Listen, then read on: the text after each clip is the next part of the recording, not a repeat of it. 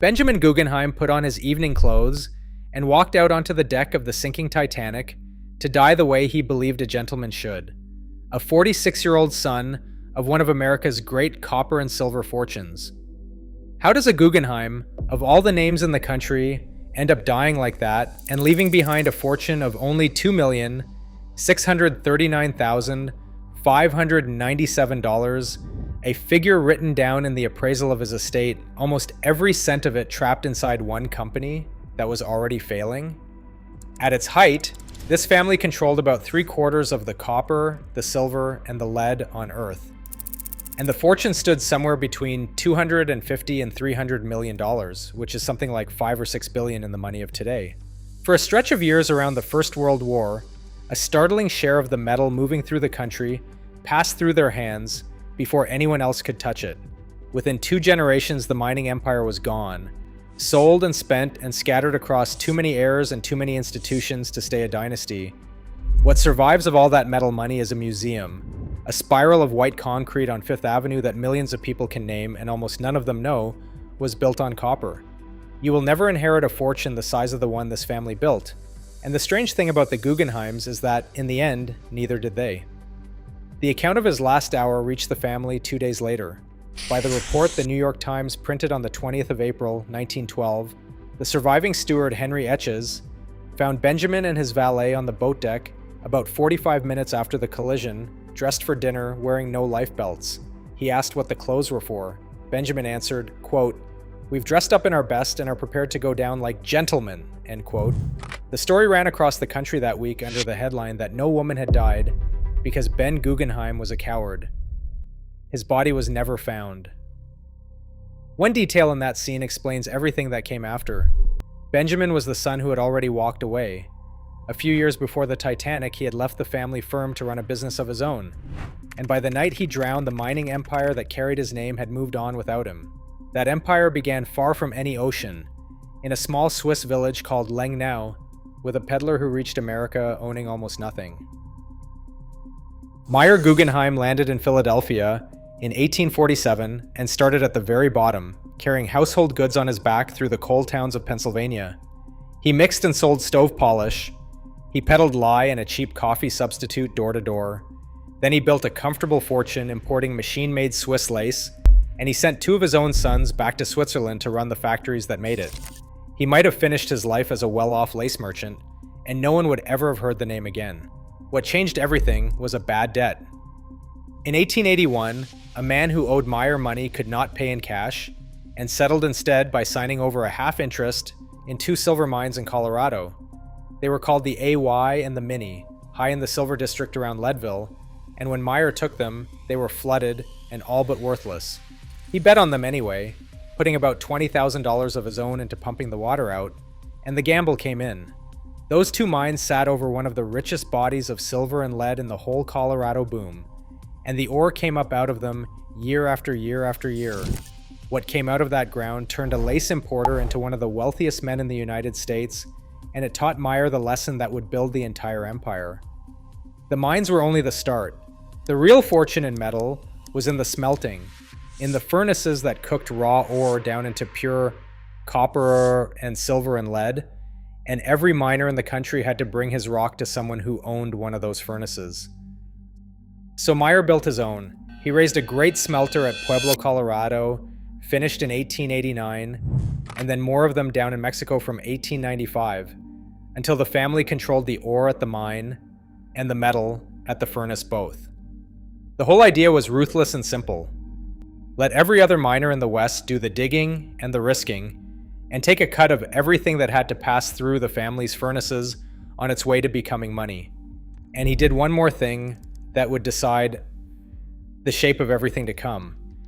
He turned the business into a family firm and put his sons in charge of it, organizing it in 1882 under the family firm he called M. Guggenheim's Sons. He had 7 of them to command. There were Isaac, Daniel, Murray, Solomon, Benjamin, Simon, and William. 5 of the 7 took to the work and never let go, and the one who led them was the second son, Daniel, the most ambitious and the hardest of the brothers. When the empire took its final shape, Daniel would run it as chairman and president, with Solomon as treasurer and 3 more brothers seated on the board beside them. 2 of the 7 kept their distance. Benjamin and William went their own ways and stayed off that board, and it was Benjamin, the 5th son, who had already stepped out of the family firm to run a company of his own before he ever set foot on the Titanic.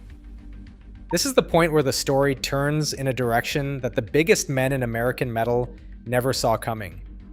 By the end of the century, the largest force in the trade was not the Guggenheims at all. It was a trust. The American Smelting and Refining Company, ASARCO, stitched together in 1899 out of 23 separate smelting firms and backed by some of the deepest fortunes in the country, William Rockefeller and Henry Rogers of Standard Oil, and the Lewisone brothers among them. The men who built ASARCO invited the Guggenheims to fold their smelters into it. The Guggenheims said no. They were not interested in being part of any organization that was not under their own control, and rather than join the trust, they decided to take it. Their chance came fast. In 1900, ASARCO was hit by a strike and its stock was weak, and Daniel Guggenheim went at it from the outside with a raider's patience. He flooded the market with cheap metal poured from the family's own furnaces, drove the trust's stock down while it was already staggering, and bought it up as it fell.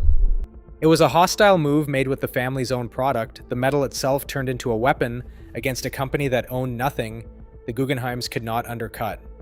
In April of 1901, the deal closed.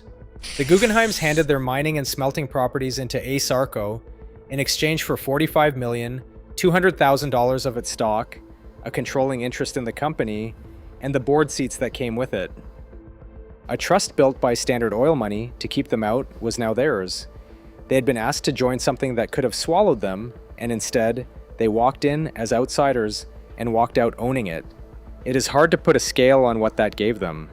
The family now sat on top of the company that ruled American smelting, and through it, a grip on the metal itself. Every mine that pulled copper or silver or lead out of American rock had to send it to a smelter, and the Guggenheims owned the smelters. In the years that followed, they held sway over about 3/4 of the copper, the silver, and the lead, moving through the entire world. What Rockefeller was to oil, the Guggenheims had become to metal. A member of the family would go on running ASARCO for the next 56 years, all the way to 1957, when Daniel's own son-in-law stepped down and the last Guggenheim hand came off the wheel. And Daniel was nowhere near finished. He had a trust, a fortune, and 6 brothers, and he went looking for more copper at the ends of the earth. He found it first in Alaska. Daniel joined with the banker J.P. Morgan to form what became known as the Alaska Syndicate, to open a remote copper deposit called Kennecott, splitting the venture between the family and the House of Morgan. They later built it into the Kennecott Copper Corporation in 1915, and the ore that came out of that one Alaskan mountain would be valued in the end at more than $200 million. It took a fortune just to reach that ore, a railroad through the wilderness, and a partnership with the deepest pockets in American banking, and the family commanded all of it. From there, the reach kept widening until it circled the globe. There was copper in Utah, where the family's Utah copper interests were folded into Kennecott, and copper again in Chile. Gold came out of the Yukon, and tin out of the mountains of Bolivia.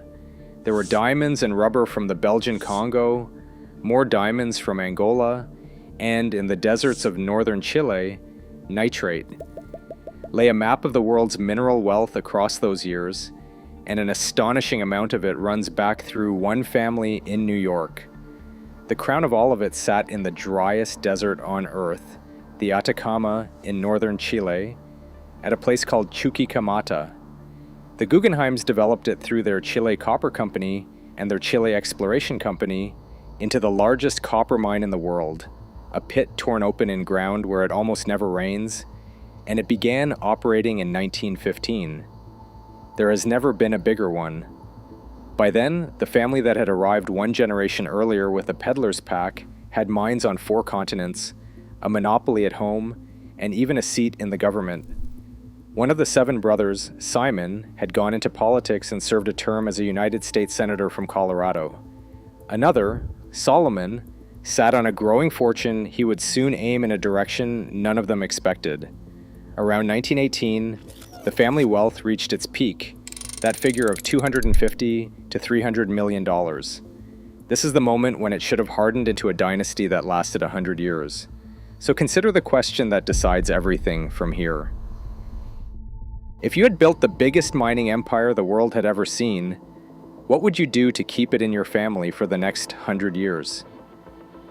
The obvious answer is to lock it down, to bind the mines and the smelters into something no single heir could ever sell off, and to guard the fortune against the family itself.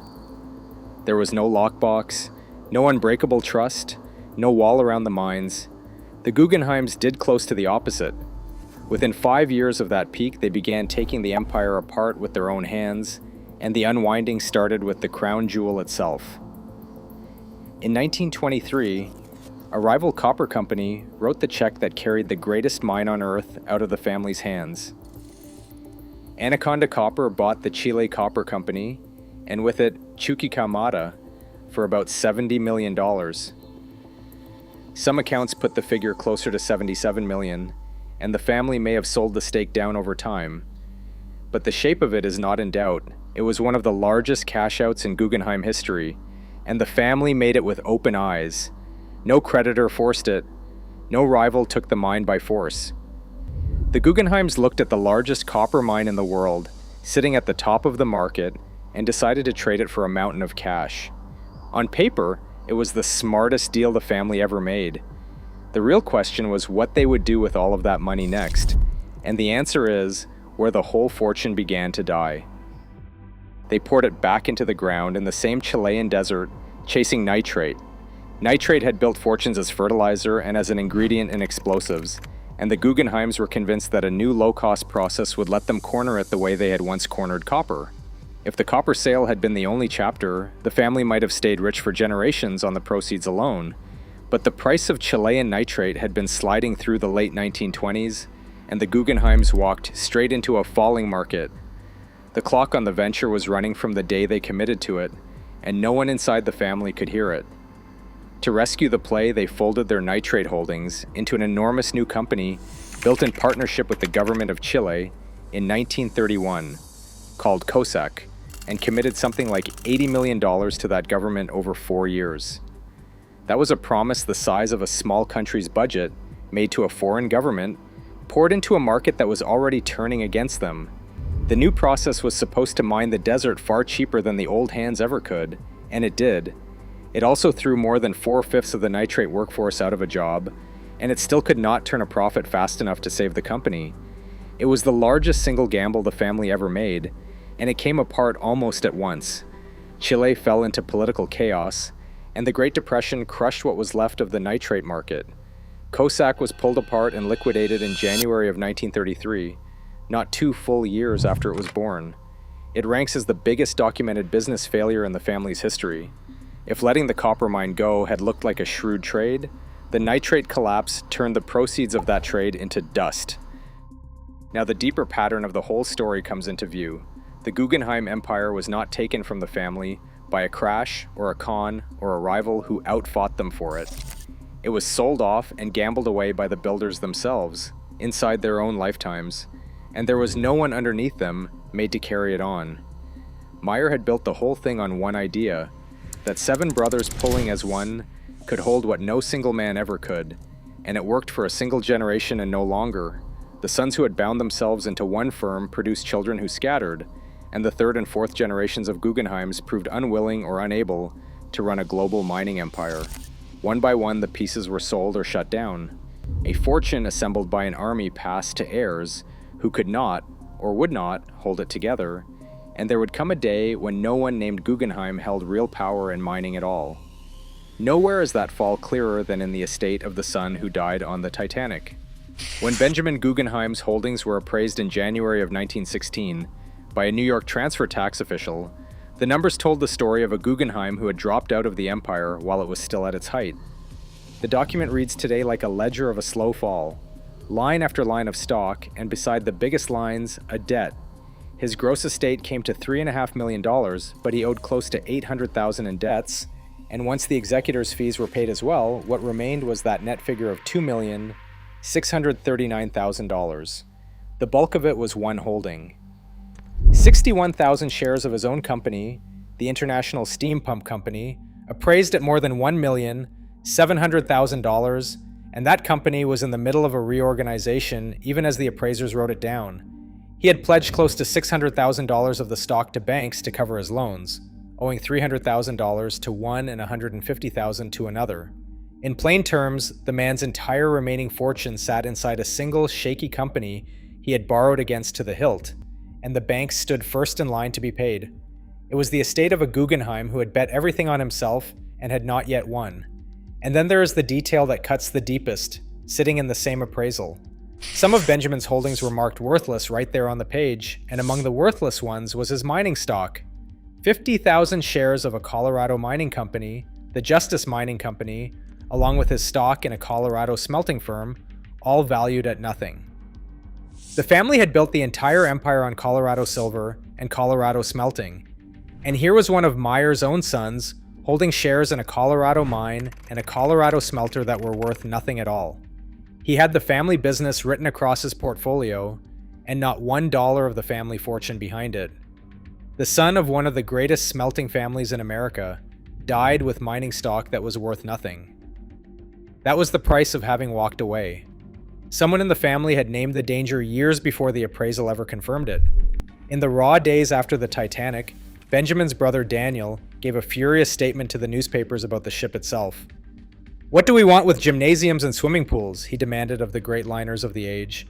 "What we want is safety, safety, safety." He meant lifeboats. But it is difficult not to hear a second meaning under the words, coming from a man whose family fortune was about to prove that it had no lifeboats of its own. Benjamin's own daughter would show just how thin the family's protection had worn. His middle girl was named Marguerite, though the world would come to know her as Peggy. When her father's estate was divided among his three daughters, the appraiser valued Benita's share at $442,000, put Peggy's at $444,396, and gave Barbara $446,000. A real fortune to almost anyone alive, and a small fraction of what the Guggenheim cousins held. By the standard of her own family, Peggy was the poorer relation, and yet it was Peggy, working from that fraction, who would help decide what the Guggenheim name meant 100 years later. Because while the mining empire was being sold and gambled into nothing, a different kind of fortune was being built, out of the public eye, by two of the brothers, a fortune of art and endowment. It would turn out to be the only Guggenheim fortune that lasted. The first of them was Solomon, the fourth son. In 1919, while the rest of the family was still busy selling mines, Solomon Guggenheim retired from the business to spend his time collecting paintings. He was 58 years old and one of the richest men in America, and he decided that the rest of his life would belong to art. At the moment he did it, it must have looked like a rich man's hobby, a soft retirement for a tired industrialist. It turned out to be the thing that carried the family name into the next century. In 1926, Solomon met a German painter and advisor, the Baroness Hilla von Riebe, and she turned him away from old masters and toward the strange new abstract art that almost no American collector wanted. He bought it by the roomful, canvases of pure color and shape that most collectors of his generation took for a joke. In 1937, he chartered the Solomon R. Guggenheim Foundation to hold the collection, and 2 years later he opened its first home in a rented gallery and called it the Museum of Non-Objective Painting. Solomon wanted something permanent. In June of 1943, he commissioned the most famous architect in the country, Frank Lloyd Wright, to design a museum for a plot of ground at 1071 Fifth Avenue. Wright gave him the Spiral, a white ramp curling up toward the sky, like nothing else in New York, a building people loved or hated on sight, and it took 16 years to raise. When the Solomon R. Guggenheim Museum opened its doors on the 21st of October, 1959, neither the man who paid for it, nor the man who designed it was alive to walk through it. Solomon had died a decade earlier, in 1949.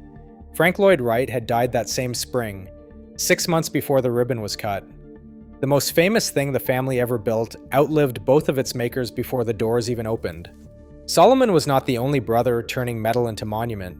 Simon, the senator, lost a young son named John in 1922, and in the boy's memory, Simon and his wife Olga chartered the John Simon Guggenheim Memorial Foundation on the 16th of March, 1925. It gives the Guggenheim Fellowships, the grants that have gone to writers and scientists and painters and composers ever since. More than 19,000 of them have been awarded, close to $400 million in all, and they are still handed out every single year to people who have never heard of a copper mine. The Guggenheim Fellowship became one of the best-known awards in American arts and letters, and the copper that first paid for it had run dry long before most of the winners were born. Even Daniel, the ruthless one who had built the empire and then let so much of it slip, spent his last years funding flight. In 1926, he and his son Harry endowed a fund for the promotion of aeronautics, and over the next few years, it put around $3 million into the first serious aviation programs at American universities, at the Massachusetts Institute of Technology, at Caltech, at Stanford, and at New York University, where $500,000 alone seeded a school of the air. That same fund bankrolled the early rocket research of Robert Goddard, the work that would help open the door to spaceflight, and it paid for Charles Lindbergh's national tour in 1927, the year his flight across the Atlantic made him the most famous man alive. And Peggy, the poor cousin, closed the circle. She took her fraction of her drowned father's estate and turned it into one of the great collections of modern art anywhere in the world, the paintings a later century would fight to own, and she housed them in an unfinished palazzo on the Grand Canal in Venice. Late in her life, she gave the whole of it away, the house and the paintings both, to her Uncle Solomon's foundation, in a gift concluded in 1976, 3 years before she died. The Peggy Guggenheim collection is now one of the most visited museums in all of Venice. The daughter of the man who went down on the Titanic had taken his diminished mortgaged fortune and turned it into the one part of the family money that could never be lost. This is the lesson buried under all the copper, and it is worth carrying out of the story. A mining fortune is a wasting thing by its very nature. Ore runs out, prices collapse. A mine is only worth what is still in the ground, and one day there is nothing left in the ground. A single bad bet in a Chilean desert can swallow the proceeds of the greatest mine on earth, and heirs who did not build the thing seldom manage to keep it. The Guggenheims lost their empire the ordinary way, by selling it and gambling it faster than any child could inherit it. But a few of them did something the mines could never do. They poured the money into institutions that cannot be sold off in a bad year: a museum, a fellowship, a collection. A painting on a wall in Venice does not run dry. A fellowship given out every spring does not go bankrupt. The copper is what made the family rich. The culture is the only reason anyone still says the name. So go back to the deck of that ship one last time. Benjamin Guggenheim stood there in his evening clothes, the son who had walked away from the empire, and he went down with mining stock worth nothing and a fortune mortgaged to the banks. He thought he was dying like a gentleman. The fortune that carried his name would go out the same way in the end, without a fight, sold off piece by piece across the years that followed. Everything he had walked away from vanished behind him, sold to Anaconda, gambled away in the nitrate fields, divided among heirs who could not hold it. When the metal money was gone at last, what was left was not a bank balance and not a company. It was a white spiral on Fifth Avenue that its own patron never lived to see, a fellowship handed out every spring, and a house full of paintings on a canal in Venice. Almost everyone in the country knows at least one of those three things, and almost no one connects any of them to a peddler from Lengnau, to Seven Brothers, or to a Chilean pit that was the biggest copper mine ever dug. The Guggenheims lost the greatest mining fortune America ever built. What they could not keep, they gave away, and it is the only part of that fortune that never ran out.